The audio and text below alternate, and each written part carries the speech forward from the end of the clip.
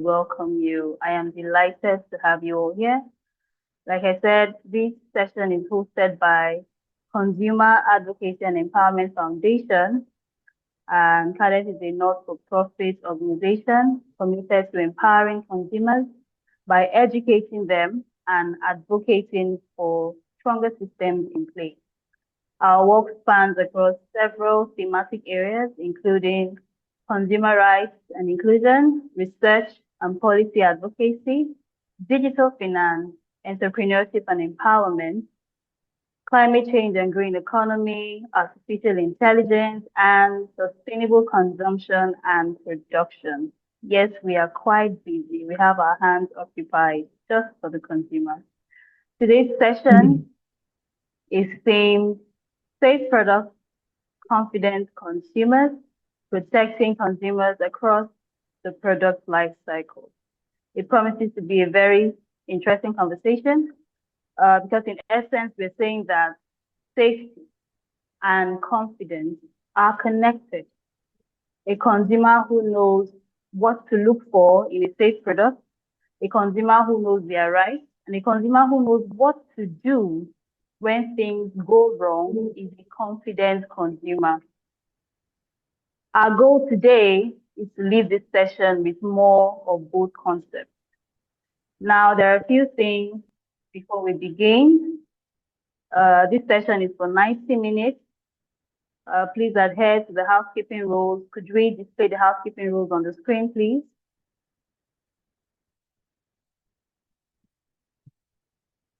Please adhere to the housekeeping rules displayed on your screens now. Kindly stay muted unless you're prompted to speak. You can use the chat box for your questions, submit the questions at any time. We will group them together and bring them to the panel during our Q&A segment. We also encourage you to share your thoughts and engage with the speakers in the chat section. Please participate respectfully. We are all here, diverse audience, and we respect each other's opinions. If you need help or support, if you're not hearing us, you can't hear us, the audio quality is low, please reach out to us in the chat box as well, or send us an email at info@cadetng.org. Please, let's adhere to this rule so we can make this an engaging and interactive session.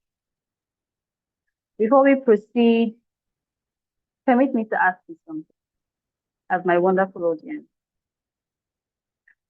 When last did you buy a product and something was not right?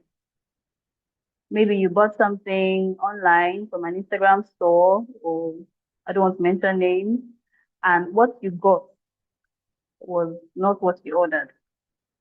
Or the product had expired and it was still in the supermarket for sale.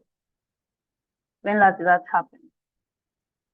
Most of us have a story like that. Many of us even have several, and quite recent too. But here's what I want you to notice. When that happened, what did you do next? Did you report it? Did you go back to the seller? Did you seek any kind of redress? Or did you just shake your head, tell somebody, or warn a friend, and then move on? For most Nigerian consumers, the answer is we move on. We just let it go. We absorb the loss, we lower expectations, and we keep buying. Because what else is there to do? The market is there. We'll face it another day. But that is exactly what today's session is about. Not just about the products that fail us, but about the system around those products. Why, even when we know something is wrong, just a few of us know what to do about it. Again, today's session is themed Safe Products, Confident Consumers, Protecting Consumers Across the Product Life Cycle. And that confidence part of the topic matters just as much as the safety part. Because like I said earlier, a consumer who knows what to look for and what to do when things go wrong, that consumer is harder to take advantage of We say in CADET that an informed consumer is an empowered consumer. And I hope we have informed consumers here on this call with me. Go further, I would like us to understand the scale of what we are dealing with. We do not know, we think we know how to assess product safety, but I tell you, we haven't scratched it yet. I'd like to give you some numbers.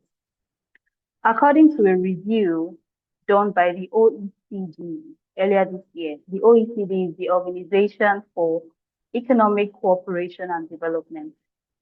87% of products that have been formally recalled, they've been banned, they were still available for purchase online.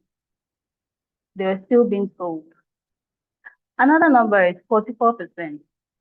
According to the United Nations Trade and Development Body, 44% of UN member states still have no legal framework at all for consumer product safety. And that's nearly half the world. You and I, we buy products every single day from these countries, and there is no guaranteed legal protection behind them. And just 3 months ago, on the 15th of December 2025, the United Nations General Assembly responded by adopting a resolution. And what is this resolution? The first ever United Nations Principles for Consumer Product Safety. And now these principles affirm that every consumer has a right to safe, non-hazardous products, whether they buy them in the open market or they buy them online.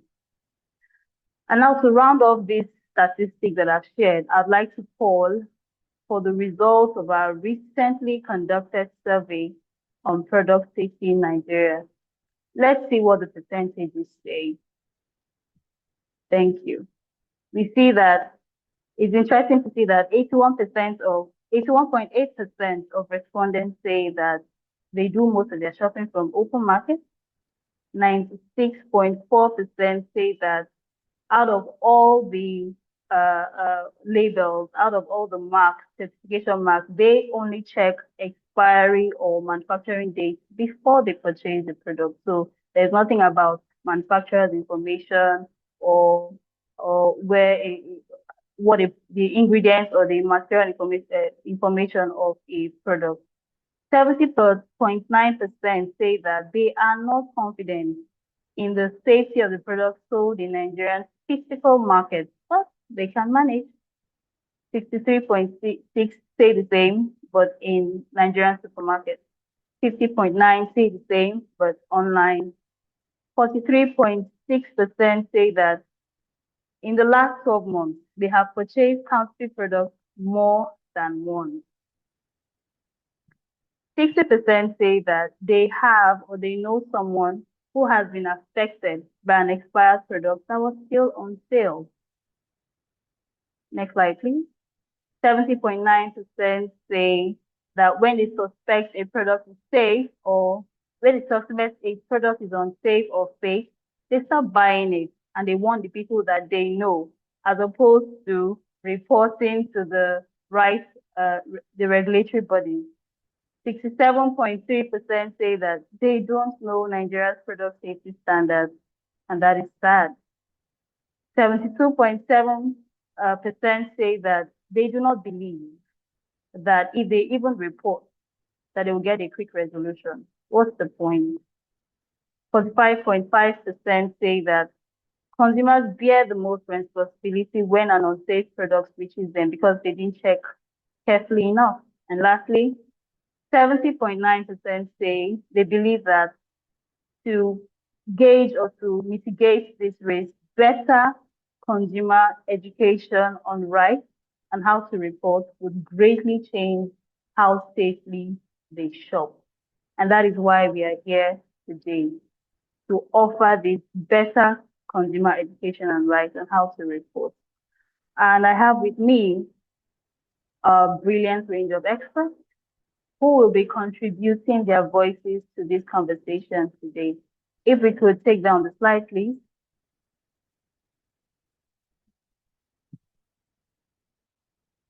First of all, joining us from Chi Limited, one of Nigeria's leading food and beverage manufacturers, we have the company's external manufacturing officer, Mr. Christopher Mwachukwu. I say welcome to you, sir.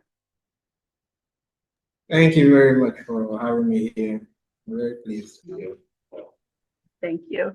And secondly, we have Victoria Odushago, who is a trade quality specialist at 7-Up Bottling Company. She works at the intersection of quality standards and trade compliance. Victoria, you're welcome. Thank you so much. It's a pleasure to be here this morning. Thank you. You're welcome. Thirdly, we have Delicia Reynolds Hand. Delicia is the Senior Director for Digital Marketplace at Consumer Reports in the United States. Consumer Reports is an organization that has been independently testing products and holding manufacturers accountable since 1936. So Delicia brings to us a perspective that is both global and very practical. Delicia, you're welcome. Thank you. Good morning. Happy to be here. And finally, we have Dr. Olubunmi Oti, who is the Southwest Zonal Coordinator of the Federal Competition and Consumer Protection Commission. That's the FCCPC. The FCCPC is the highest federal consumer protection regulator in Nigeria. And Dr. Olubunmi, we appreciate you for being here. Thank you. Thank you very much. I'm so happy to be here. I believe we are going to have an engaging session. Thank you.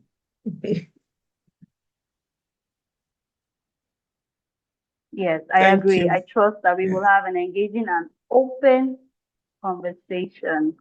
I would also like to recognize the Executive Director of CADES, Professor Chiso Ndukwe Okafo.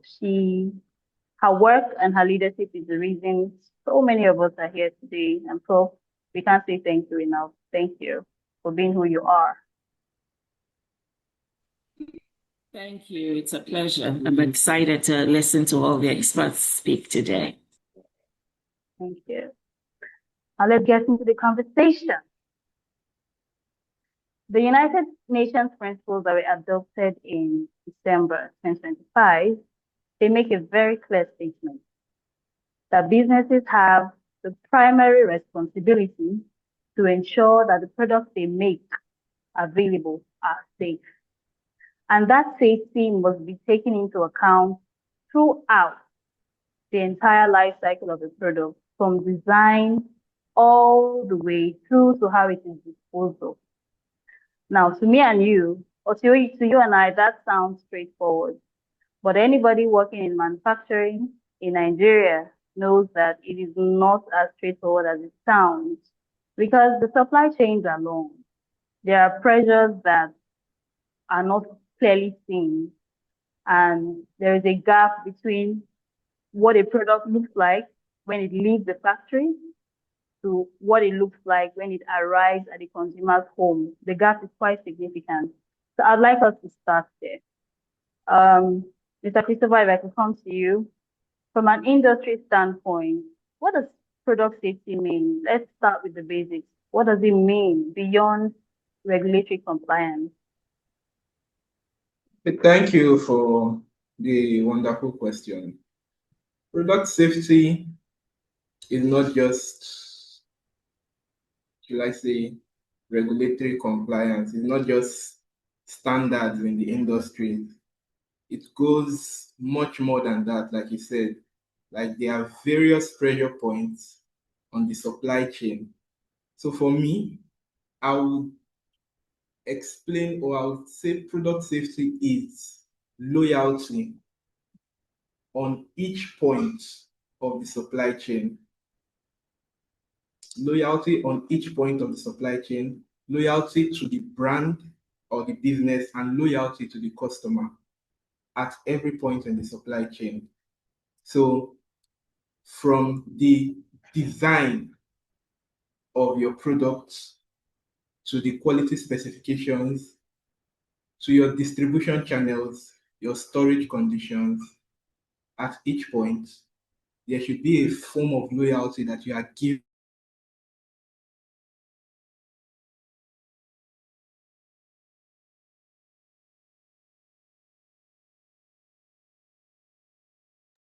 Mr. To Christopher. correct issues whenever they arise. That's just my. Okay, I think thank you so much for your response. We lost you at some point. But to the average consumer who is on this call right now, I'd like them to understand what product safety is. And to add to your point, I'd say product safety is a safe product is any product that doesn't pose harm to the consumer when used as it is intended. And that loyalty, like you said, at the manufacturing point, at the distribution point, at the sales point, to the consumer, it shouldn't harm them. And by your definition, could you tell us where you see the highest risk to product safety, the highest risk to these loyalty points that you have highlighted? Where do you see the highest risk? Where do you see it happen most in your sector? Yeah, so like I said, at every point in the supply chain, there should be an element of product safety, right? So the highest risk for me is on every point.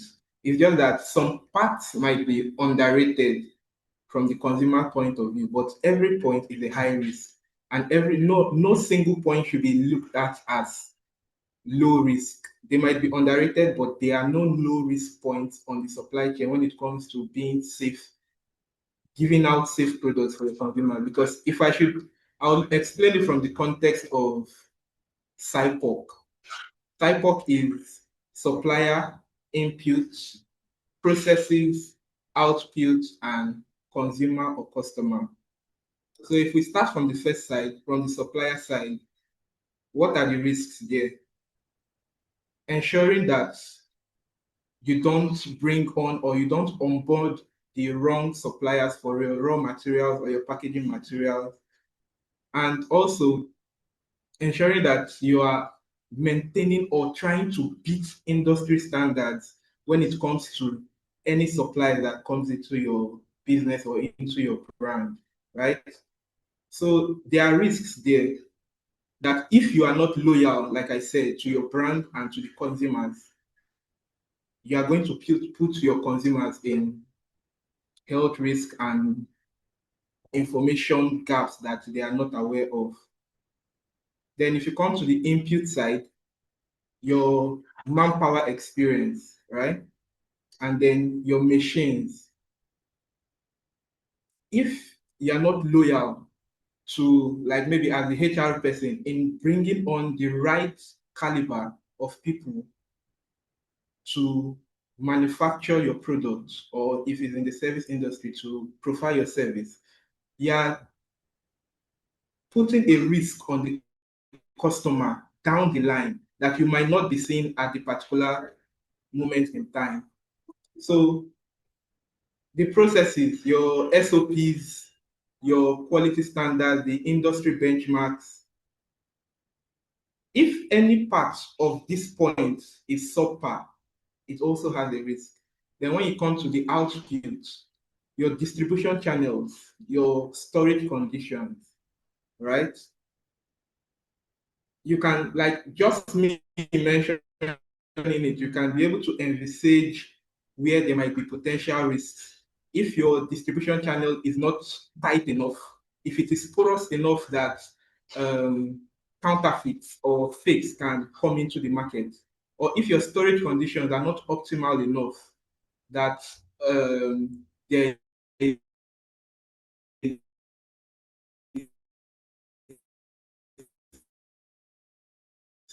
a breakdown, maybe a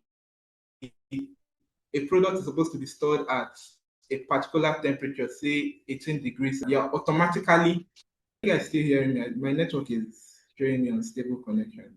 You can continue. You can continue. Okay. So on the part of the consumer, like I said, SIPOC is supply, input, processes, output, and consumers. On the part of the consumers, them not being aware or not having enough information about your product also poses a risk to them, right? So if they're not loyal enough to the brand and to themselves to be able to like read information on the product and be able to ascertain whether this product is safe enough for them or whoever they might be giving, like their kids or their whoever they might be guardians to or themselves, it poses a risk. But in my experience in the industry, I would say the middle point of the supply chain has been the most visible high risk part of product safety. The middle part of the supply chain is distribution and logistics, right? Whereby, and when I say distribution and logistics and storage, because you have your primary storage that after production, they store it in the company warehouse, and then before they distribute, then you have your secondary storage whereby it gets to the major distributors or retailers, right? And your logistics. So there's always a risk in this particular point whereby the from after leaving the company, the storage conditions or maybe the roads, like various weather could impact the product negatively. And it might not be so huge that it should be of concern, but it is something, right, that can potentially lead to bigger impact on the consumer. So the Yeah. middle point of the supply chain is the highest risk. Thank you. That was very insightful, which is why we say that product safety is a shared responsibility. If one end upholds their part and the other end doesn't uphold, the consumer still absorbs the risk. Victoria, if I could come to you, Mr. Christopher has done well enough to to to highlight the points, the risks that we see in the manufacturing sector, and these are the points that the regulatory bodies also see. But what other pressures exist that the regulatory bodies do not or may not fully see? What goes on behind the scenes that you think we should know about today? All right, good morning, everyone, once again. Please confirm that you can hear me. Okay, so talking about regulatory bodies, when many a times we look at or we think about compliance only, right? And when it has to do with product safety, there are some things like the traceability of the product, for instance. So there can be gaps in tracing the product that has been produced. That may not be fully seen by the regulatory bodies. Okay, that said, then talking about operational costs. Yes, as manufacturers, we need to put in all cover to ensure that product is safe, just like you earlier defined that product safety has to do with not causing harm to the consumer. And the truth is, making products safe has to do with a lot of costs. A lot of operational costs is involved in this. So the regulatory bodies may not be seeing this. Then there's also pressure from meeting up with demand.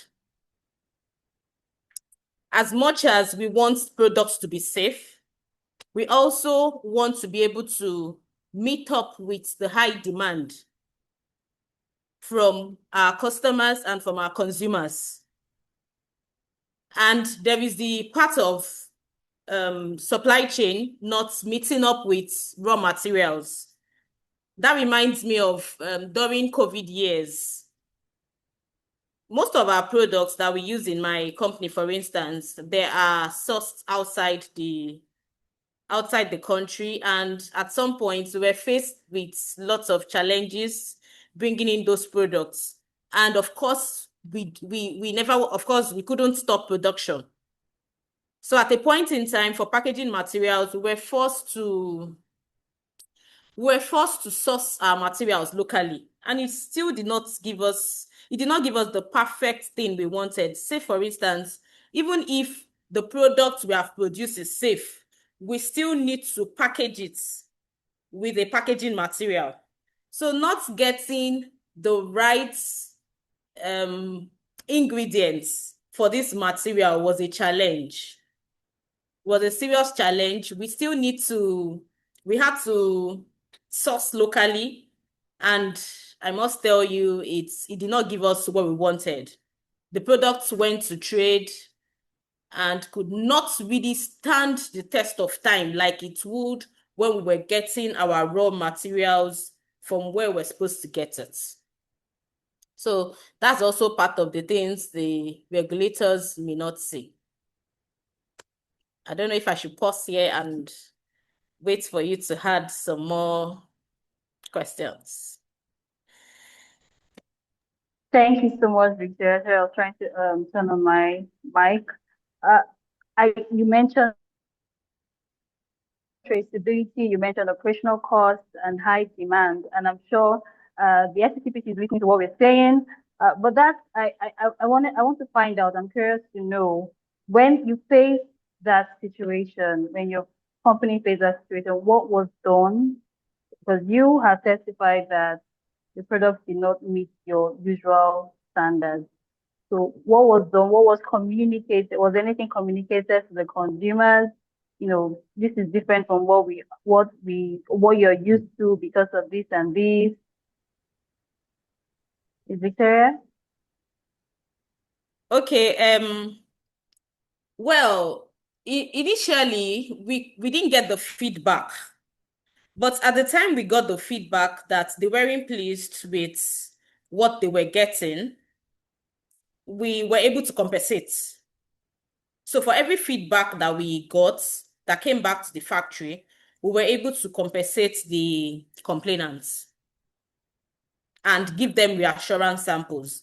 And like I said, then it was COVID period, so everyone knew what was happening. It wasn't so easy. And most of the products even went as PR, so to say. Like, we had to give out to those that were in isolation and several other places like that. So the complaints that came back was not even so much. You know, for us, there are some things we would know. Okay, let me give an instance. For a carbonated soft drink, Okay. the consumers would not know the actual CO2 volume that will be bottled in that carbonated soft drink. It is only the manufacturers that can tell that, okay, the CO2 volume should be within this range, right? So for the consumers, all they want to know is, once they open the product, they can hear that fizz sound. So when they don't hear that fizz sound, it communicates less quality to them. Okay, so at that time, the feedback we got was not so much, but because we know that this is not our standard, especially because we have a back-end check for all our products, right?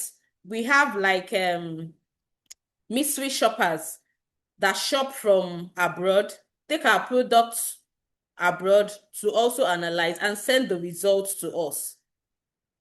So most of the feedback actually came from there and not even from the consumers. They were still getting the fizz sound. They were still getting the pleasant feel when they tasted it. But we, the manufacturers, knew that something was missing, like the packaging material was not capable enough of retaining the CO2 we had them bottled initially. All right. Thank you, Victoria. Just reminds me of what Christopher said about loyalty. Delisha, if I could come to you, Consumer Reports has spent years looking at this problem from the outside. I mean, we've tested, we've investigated, we've demanded public accountability.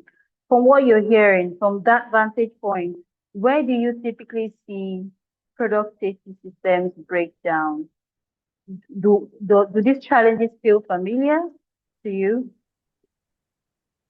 Yeah, absolutely. They do. Thank you for the question. So, Consumer Reports regularly tests all sorts of products as they enter the marketplace. We've also, for the last several years, test the actual online platforms, retail entities, et cetera, that sell their goods and products online. So we're not just testing the actual products, but then we're also applying a similar lens as to the actual online retail environment. And so what's being described here in Nigeria feels very familiar because the failure isn't usually at one point, which is one of the themes that speakers have pointed to. It's as you approach these handoffs across the system, that's where we tend to see the breakdown. And sometimes you see them,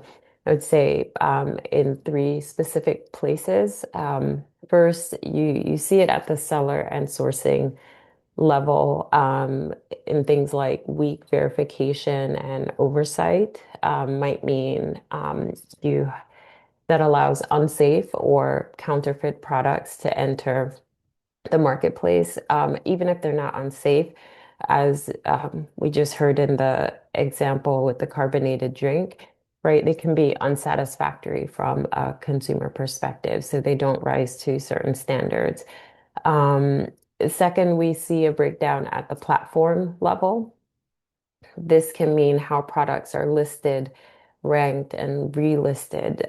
We actually just released a report at the end of last year evaluating specific online marketplaces and platforms such as Amazon, Temu, um, in the US, Walmart, Target. And we found that we actually found banned and recalled products still being relisted and sold online. And so that shows that seller verification in many online marketplaces is inconsistent. One example of that was we found that more than 60% of Amazon's marketplace is now third-party sellers, so not the direct producers of products. And so when you have those kinds of gaps, the standards or challenges with standards being met can scale quite quickly. And then I think the other place where we see a breakdown has to do with the platform, accountability, and enforcement level. So, in other words, when something goes wrong, if something is found to be unsafe, not meeting standards, what happens, right? Who is the actual owner? And can take responsibility. And so platforms, what we sometimes can see is platforms pointing to the sellers, sellers disappear, maybe fingers are pointed back to distributors, manufacturers. So the way the system currently is, that's a clear gap in actually addressing the issue with the product and doesn't actually resolve the harm. I think positively, as we've been doing these studies, and when we bring our findings we brought our findings, for example, in this recent study to Amazon and Temu, they expressed deep commitment to making changes. Some companies didn't respond at all. So that sort of tells you a bit about where you can find accountability based on who is responsive. And so, and then just to layer on, because this is my specific um, area of expertise, same issues that you're seeing with consumer products that show up on a store shelf or online marketplace, you also see similar issues in terms of digital services and products that also exist. So it's not just a traditional product safety issue. Similar issues are also cropping up with digital products as well. Thank you, Delicia. We've established it's not a Nigerian problem. It is not a food problem. It's a global one, and it spreads across every sector of the economy. You mentioned something about online platforms. We'll come back to the online question later during the session. Now that we've established where the risks are, can we talk about what happens to the consumers when things go wrong? Because in Nigeria, most of the time, the answer is nothing happens. Just to be truthful, consumers absorb the loss, more money, time wasted, they move on, buy another product, and that's just it. Recently, the FCCPC, or over the years, the FCCPC recovered over 10 billion naira for consumers through their enforcement actions. For me, that alone says that the law exists. It is real. But for the average Nigerian consumer listening, someone who bought a bad bottle of juice, someone who bought a faulty electronic, none of that feels real because you haven't attended to their problems. And because they did not report it, even if they wanted to, they may not know how to. Dr. Lubumi, if I could come to you, uh, the survey results we displayed at the beginning of this session showed that most consumers who encounter an unsafe product do not report it. They do not seek redress, even though they have the legal right to. So why do you think consumers are not exercising this right? What is actually stopping our consumers? Thank you very much. I'm so happy to be here. I want to believe you can hear me very well. Please let me know if you can hear me very well. Okay. All right. So you need to know that the FCCPC, Federal Competition and Consumer Protection Commission, is the apex competition and consumer protection agency in Nigeria. And one of the critical components of the mandate is consumer and business education. The commission is empowered to educate, to inform, let consumer know their rights and responsibility. And from the FCCPC standpoint, we have this right and responsibility broken down into the three main languages of Nigeria. We have in Pidgin, we have in English, we have in Yoruba, we have in Igbo and Hausa. In fact, more than 3 languages. But you still need to know that there's still low level of consumer awareness of their rights in Nigeria. Recently, the CEO of the commission started establishing state offices across all the states because he believes that we need to get into the grassroots, getting closer to the people. Why? Because they need to know that the regulator is here. And one of the other reasons that consumers don't want to report safe products is that when they consider the cost of purchasing of the unsafe product, if they consider it's a small money, they can just discard it and go and buy another one. You know, they feel. And another thing is that they perceive that the process of reporting is too cumbersome. They don't believe in the process. Even if you tell them, even if you show them that, look, you can report this thing, you can come. Nigerian consumers find it very difficult to believe.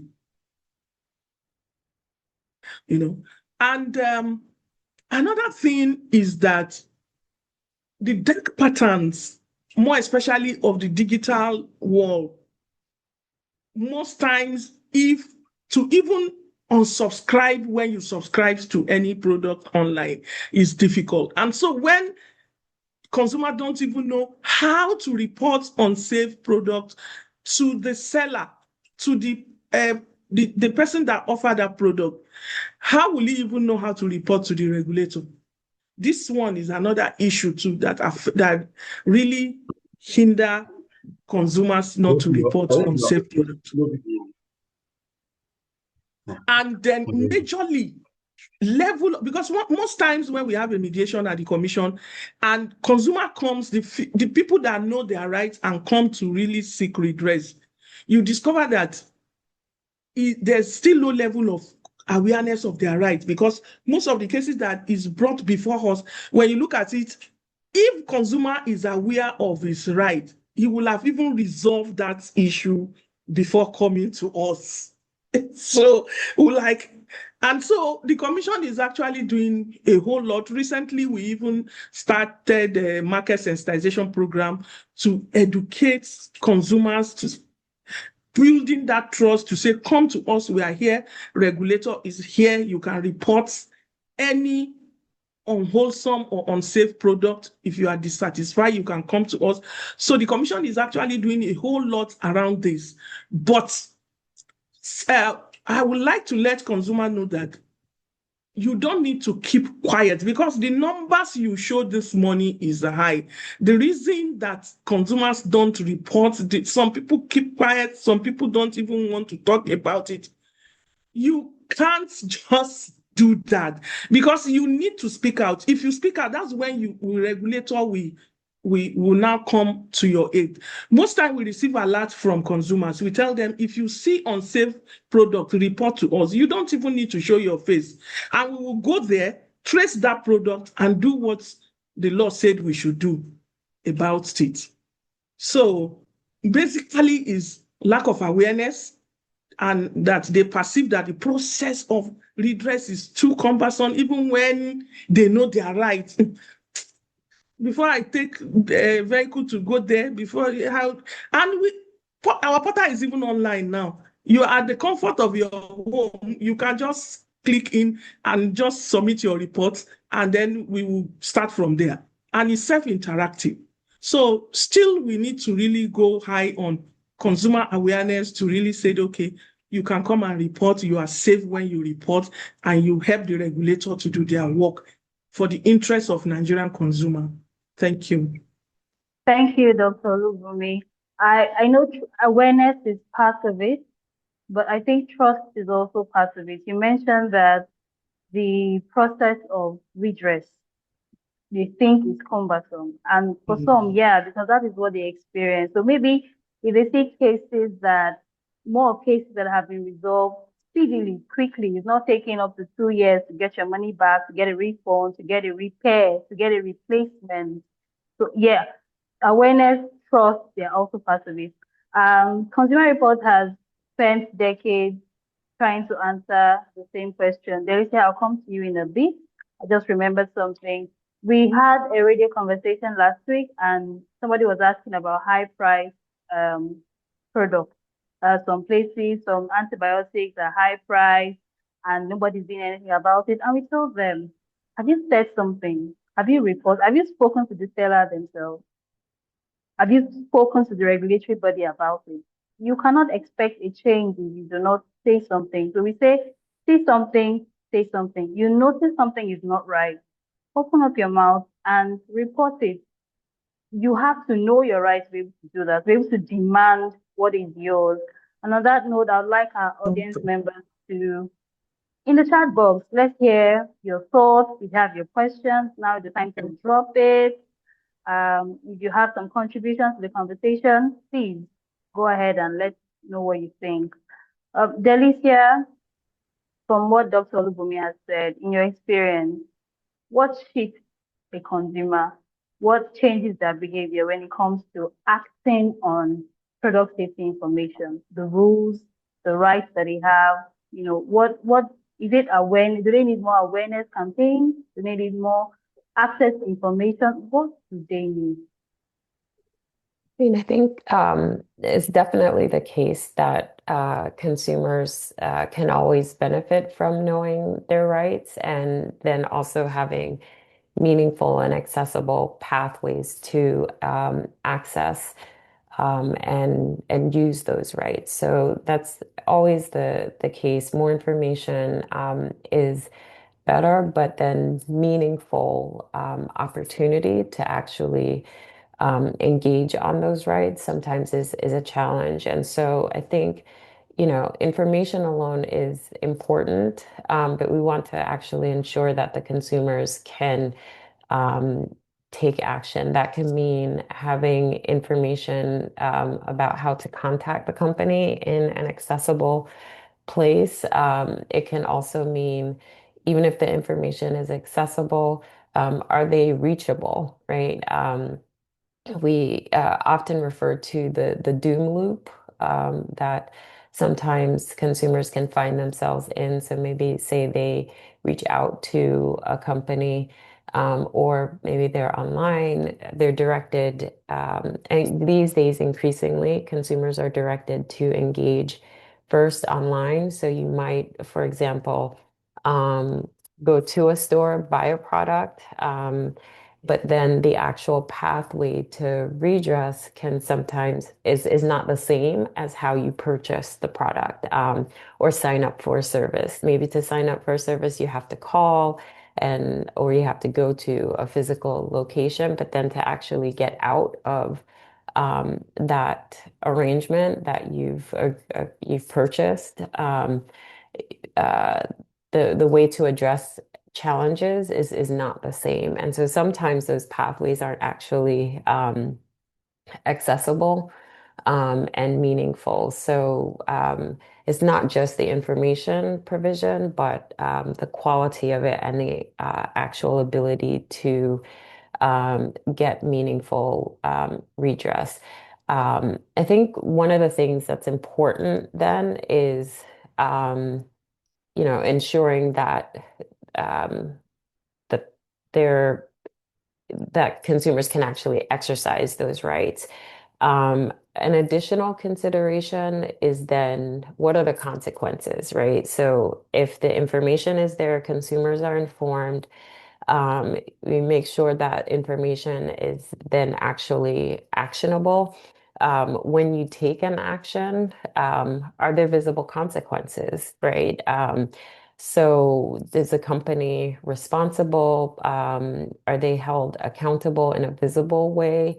Do they take accountability for whatever is seen as the gap in service provision? So can you see when companies pull unsafe products from the shelves, are there notifications that go out to more broadly inform consumers, or is the problem actually fixed? So that part of accountability is actually important as well because it boosts consumer confidence. If you consistently run into the same issue and you're not seeing consequences that are visible even locally to you as a consumer. So you go back to the store, you return the product, and they say, no problem, go to the shelf and get something else. Or, maybe there's some remuneration to the consumer.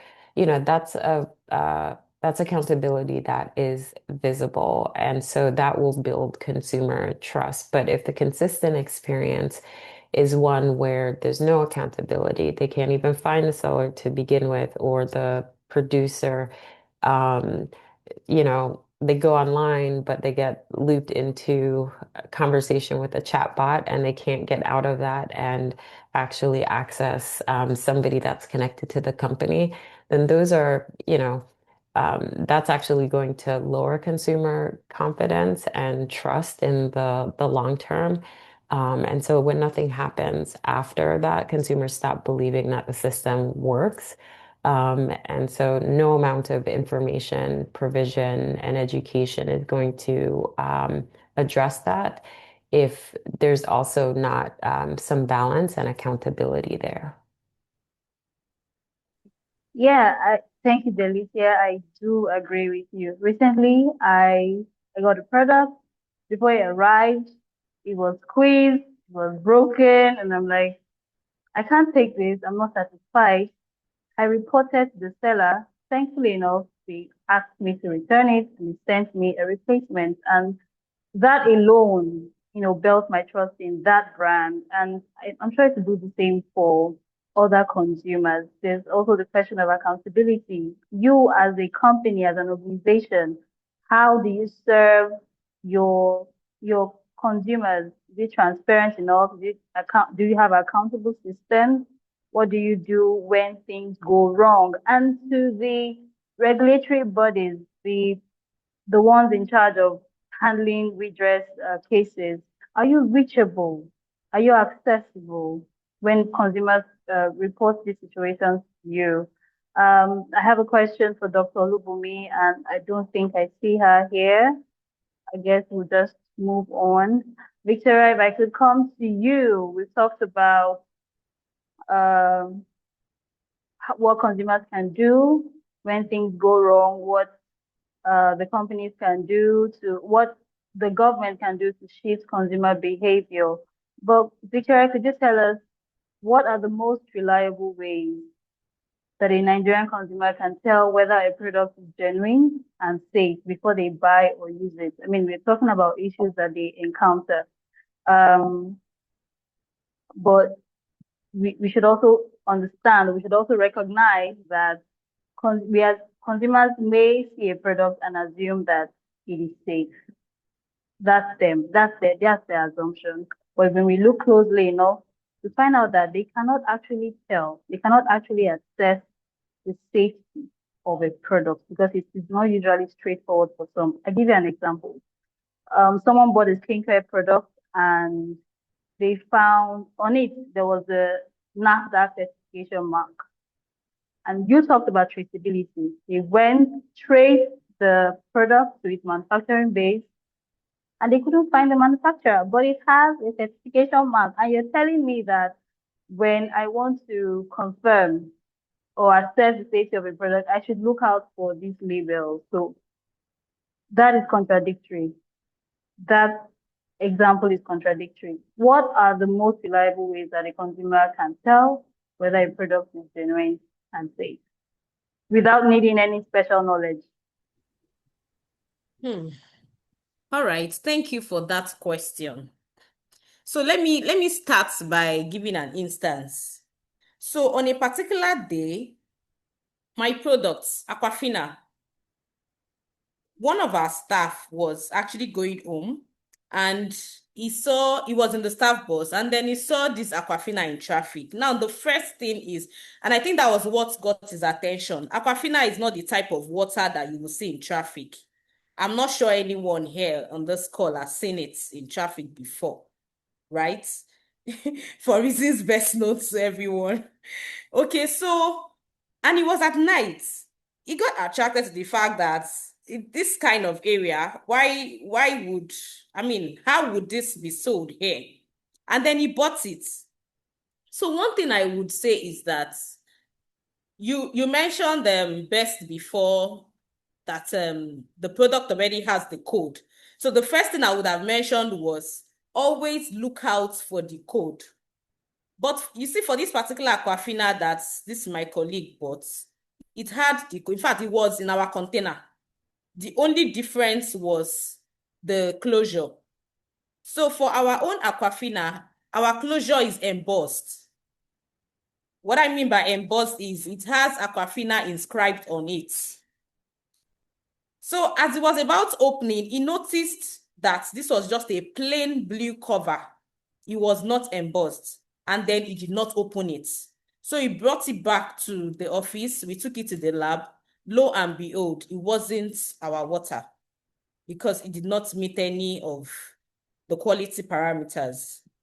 So in that case, yes, I know that quite a number of persons might have fallen for that. But what I would just say is we need to be informed at every point in time. There are certain things that they are not a woof. You will not see certain products in some areas. And so question it when you see those products there. That is the first thing. There are some places I don't expect to see certain things. And when I see those products there, the onus is on me to actually question the safety of that product. Otherwise, I might be falling for one trick or the other. So where the consumers is trying to look for good things, they should also be careful of the location where they get these things. So I think that addresses it. Then, of course, the best before dates. So I realized that most consumers don't even check. They buy products and they consume directly. It is really, really important for us to check whatever we need, whatever we're buying, we're paying for it. So because I've also realized that some sellers can't even interpret the code, even when the code is written on the products, some sellers can't even interpret it. And so they are selling what they don't even know if it has expired just because it is appearing good. Is not enough to, okay, let me give another instance. So I had this working complainant that came into the factory.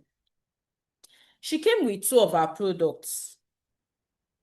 They were in appearance, it was good. It was, let me not say perfect, but it was looking good. And then she said she bought this product not too long ago, and it was off taste. Like she described the taste like gutter or something. And I was really surprised. How possible is that? I tried checking for the code. It wasn't clear enough, but just because I didn't want to delay her, I took it to the lab and I gave it to the QC. Okay, quickly check the CO2 volume of this for me. And before he checked, of course, the normal thing is for us to get down the batch code of that product.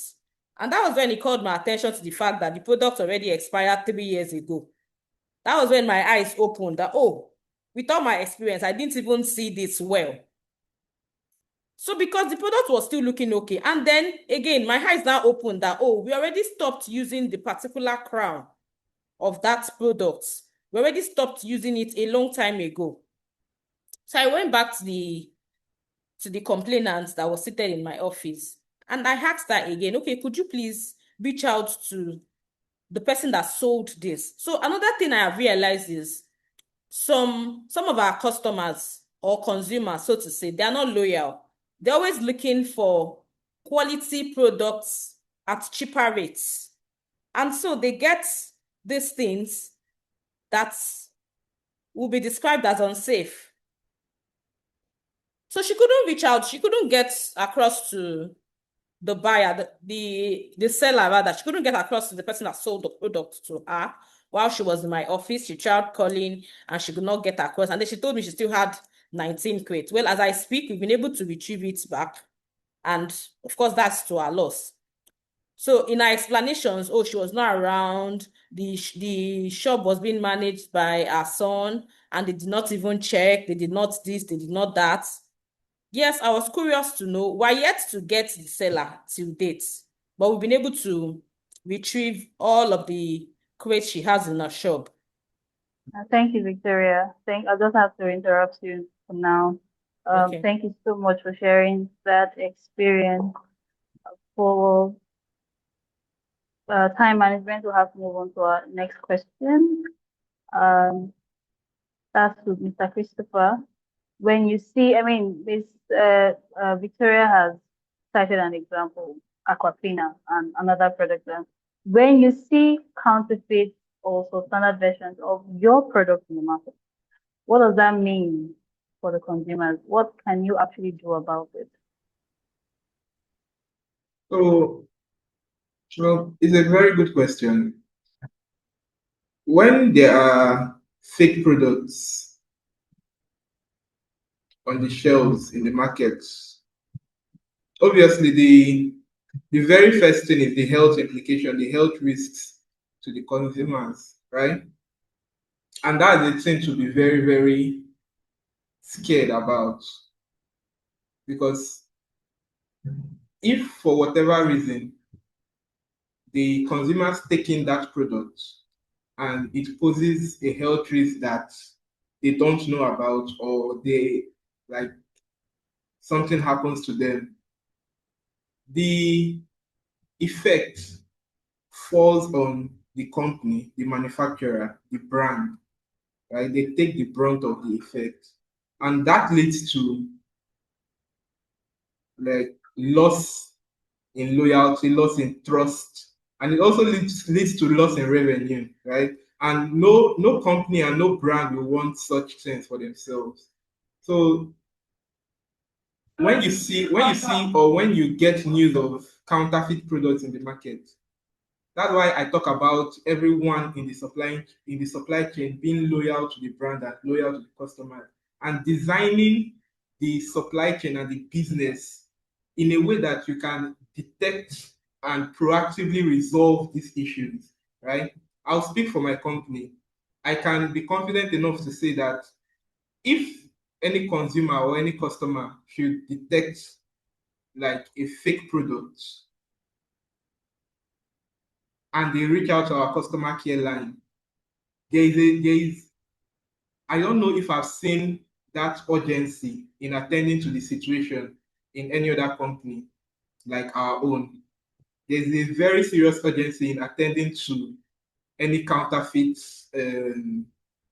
complaint or any from any consumer. And because of the robustness of our QA trade department, we have personnel in various regions in the country that will swiftly attend to that kind of issue. So it's a scary thing for me personally, the way I envision and think about the business and the loyalty I have towards the business.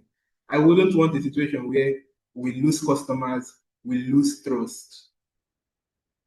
Thank you, Christopher. And now I have to raise the online question because the way Nigerian buy products these days has changed significantly. E-commerce sites, Instagram shops, delivery apps, they're now a major part of how we access goods and services. Some of them are often with no clear manufacturer information, no return policy for some, and no accountability. And that is what we have been focusing on in the past few minutes. Delisa, if I could come to you, since you talked about online platforms, these platforms have made it easier for consumers, easier than ever to sell products with no clear origin, no clear accountability. What specific risk does this issue create for consumers, and what should consumers look out for on these platforms? Yeah, it's a really good question. As I mentioned before, our recent report and just studies over time do show that, for example, increasingly on some of the largest online platforms, for example, that you have more and more third-party sellers. So that brings a challenge specifically to the consumer ability to actually verify and get back to the source of information. So it's one of the reasons why platform accountability is increasingly important because the consumer is now in a space where they are further and further away from the original source. The reseller marketplace is growing and growing to the point where third-party marketplaces may become the viable or the primary way that consumer are actually encountering a product. And the Aquafina example, there's other issues in there. Also just highlights the challenge with that, right? Which is they may be using the branding, right? But not at all the specific product. So that's one set of issues, right? That can crop up, which is fraud and scams, really. That's one way that people might be scamming, but the branding and all of that is out there. There's that affiliation with Aquafina. So there's risk to the consumer. There's also risk to companies. So as that supply chain gets further and further from the original source, I would say the risks also increase. And so it's why it's important to not just look just at the product, but particularly in online spaces, we now need to articulate and develop clear expectations around practices that pertain to safety and transparency in particular, as well as consumer redress that adhere to the practices and rules of oversight governing online marketplaces. We have robust sets of rules, for example, in the United States with respect to um, product safety that adhere to traditional hard products that you can see and touch and stores that you can walk into. And so now the same rules need to apply to online marketplaces. So that's one of the things that we've been focused on, which is, well, what are the standards that should apply to online marketplaces? Do the same set of standards that exist for drug manufacturer, food producers, et cetera, what are the correlates that should apply for online marketplaces? And so things like seller verification, maybe within a platform, having standards that sellers can verify, independent certification and testing is also something that is important. So maybe um, not all products can be specifically tested in the reseller market, for example, because they're some distance from the actual product manufacturer, but are there certifications that and warranties that a seller can be making with oversight or relationship between the original point of manufacture or distribution to ensure that there's a clear accountability chain. So these are some of the things that we have started to identify that are specific to online marketplaces to ensure that we we actually stress test how the traditional rules for product safety are now applying for online marketplaces. And there are new issues that we are also seeing arising so there's similar issues arising, but then also new issues. And so it's important that we actually start to articulate those as standards and then embed them and engage directly with the companies themselves, as well as the different oversight bodies to ensure that there are updates to the rules and regulations. Yeah, thank you, Delicia. I do agree because the newly adopted UN principles for product safety, it specifically calls on governments to develop policies that strengthen product safety in online marketplaces. It's clearly written, engage the online marketplaces, ensure that there are measures being implemented to protect consumers because the standard in my country may not be the same standard in another country. So there has to be this uniformity, and we have to consider that there are loopholes in the systems of one country. They shouldn't be exploited in another country. And that's a global conversation that I think Nigeria should be a part of. And now we move on to our fire round. Fantastic. I'll ask just one question and my amazing panelists will answer in 30 seconds each. I'll start with Christopher. Are you ready? If you could remove one obstacle from Nigeria's product safety chain overnight, just one, what would it be? I would remove the difficulty in reporting product on safety. If there was a way you could just click a button or like a general website, I think Madam Olubumi said something like that, like a general website where once it just snaps, it automatically sends or reports it to the FCCPC and then the company that that would be the owner of such product. Thank you. Victoria?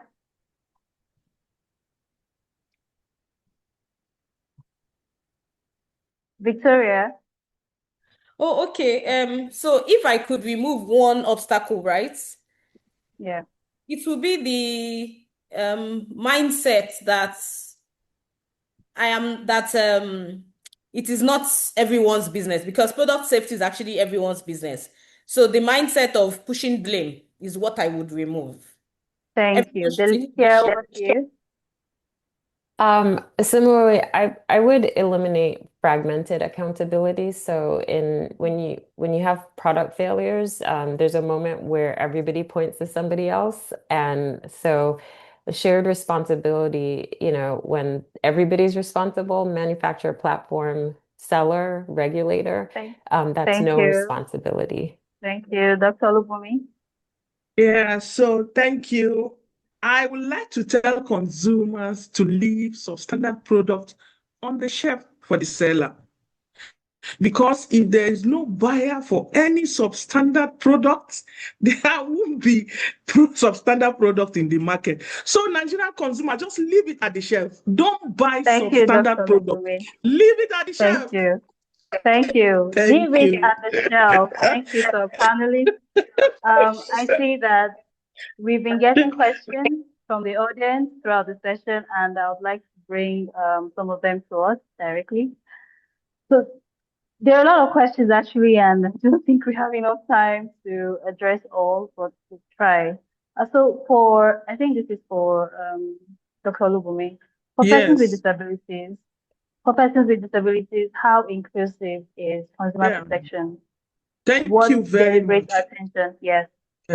Yeah. Thank you very much. I've even answered on the chat box.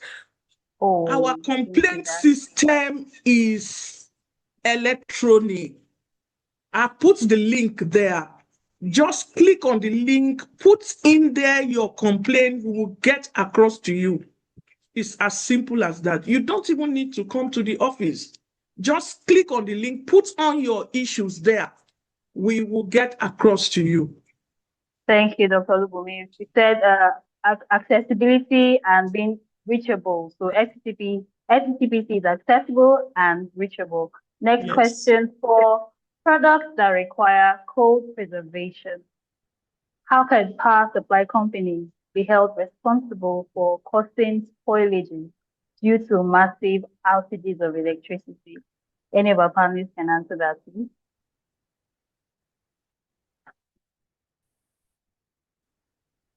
Maybe I should call on someone. Can you again?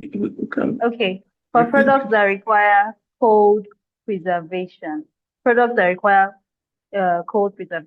stay safe, how can power supply companies, NEPA, PHCN, how can they be held responsible for causing spoilages due to massive electricity outages? Dr. Olubunmi, do you want to attempt that question? Yes, I think the responsibility is both on the power holding and the consumer. So, a consumer, buy your meter. Just buy your meter. Yes. Can we mute that person? Thank you. So I think it's a dual responsibility. We encourage every consumer, every businesses to get their meter. So you can be able to know your supply at a time so that you don't pay for any services that they have not rendered to you. I think I will encourage the consumers or businesses to buy their meter. Thank you. If we have any contradictory answer, I would like to see that in the chat box. Another question is, okay, I think we've answered this already, but I'm seeing some other comments on the chat box. Thank you so much for your engagement. We have answered this. So what are the most effective practical safety checks that a consumer can perform at the point of purchase? I think Victoria did justice to that question. Let's have more. Let's not repeat what has been addressed. Considering the risk posed by substandard electrical appliances and counterfeit cosmetics, what are the primary obstacles preventing more effective post-market surveillance and the removal of these dangerous goods from the informal market. The product that I talked about having a certification mark and not being traced to a manufacturer, that is one example. It wasn't followed into the market and it wasn't removed from the market because somebody ended up buying it and they had irritations on their skin. So maybe Delisha, do you want to attempt that question for us, please? Yes, sure. I mean, I think once unsafe products are already in the marketplace, then it's complicated, but I think it comes down to a few things. And they kind of come down to speed, visibility, and accountability. So, first is just rapid detection and removal. Once a product goes out into the marketplace, we now live in this 24/7 global online environment. And this is where I would say consumers can actually have impact here, right? Which is if something is not right and going wrong, contact the companies, right? And contact officials. But the online marketplace, right, can also work for consumers. So raising awareness and things like that.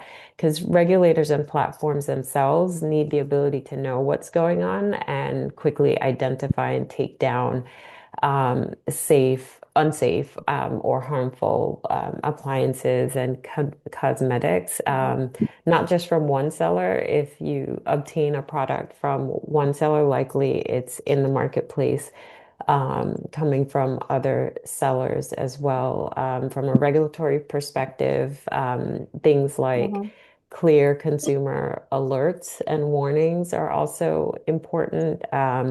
We have a fairly robust system here at the national level anyway. When there's a known product failure or issue, then it quickly becomes part of official notifications and product recalls. And then people have mentioned this, right? Traceability is vitally important. You need to be able to trace where the actual fault came from, right? Where did the faulty product come from? And where in the supply chain is there a breakdown? Yeah. Thank you, Delicia. With that, we have come to the end of this round. We haven't answered your question. I'm so sorry, we do not have enough time. But I can see that Dr. Lubumi is responding to some of the comments. Thank you so much, Ma. There are a few thoughts that I believe are worth mentioning or repeating. One is that product safety is not a factory problem. It is a whole chain problem. It is a shared responsibility. Everybody takes your place. Doesn't sit with just one actor on the chain. It runs from the person who designed it to the person who's handling it, to the regulators who are setting the standards, to the person who is using it. And so what our conversation has revealed today is that there are gaps and they need to be fixed. If not, the consumer will absorb the cost. Secondly, and I think this is the most important, consumers, you have more rights than you know. The FCCPA gives you real protection. It gives you real enforcement powers. And we've heard today that these powers are being used. But rights that are not exercised are rights that do not exist. You can't say you have rights and yet you're not exercising them or you do not know them. So there is a gap between what the law says and what the consumers are experiencing. That gap needs to be closed. Another thing is the government, the regulatory bodies, they need to implement measures. The online marketplaces are also marketplaces. They are valid marketplaces. Digital products are also products that people use. Are the measures extending to these parts of the market, or are we just focusing on physical products? I'd like to thank everyone for your comments, your contribution. You have made this conversation an engaging one for me. I don't know about you, but I really enjoyed myself.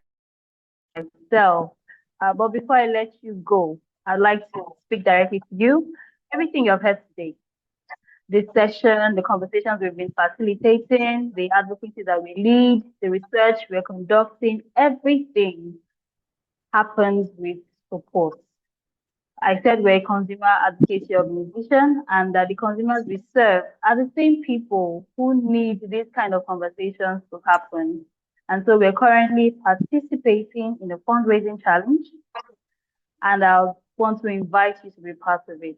If you believe that Nigerian consumers deserve better, they deserve food security, better electricity, further inclusion of persons with disabilities, if you believe that organizations like CADEF are a part of how that happens, and I'll say to you that this is one practical thing that you can do today.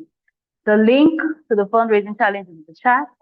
Please share it within your network. If you can give, even a small amount, it makes our work sustainable and we will forever be grateful to you.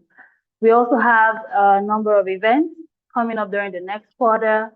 A women's only event in April. We have a webinar on air pollution, the invisible killer. You would not want to miss that session. And we have the World Menstrual Hygiene Day event coming up in May. The details will be in the chat box. We seek your support. We hope to see you in a couple of these sessions. Follow us on social media. You can see our Linktree code on your screen right now. We are active across every social media platform. Follow us, stay connected. And I would like to close by thanking our brilliant panelists. Could you just give a round of applause to our panelists, please? We've had the most interesting conversation today. That is exactly what we needed. I'll say thank you. Thank you so much for contributing your voices. And to everyone who is watching, a safe product is not a privilege. It is a fundamental right. It is your fundamental right. And knowing that, insisting on it, reporting it when it is violated, that is how the standard gets raised. You want something to change, make the change where you are. This session was recorded. The recording will be available at a later date. You will get the communication. Please stay tuned to your email inboxes. Thank you once again for joining us. Happy Consumer Rights Month. Happy Ramadan to our Muslim participants. We will see you next time. God bless you. Thank you, everyone.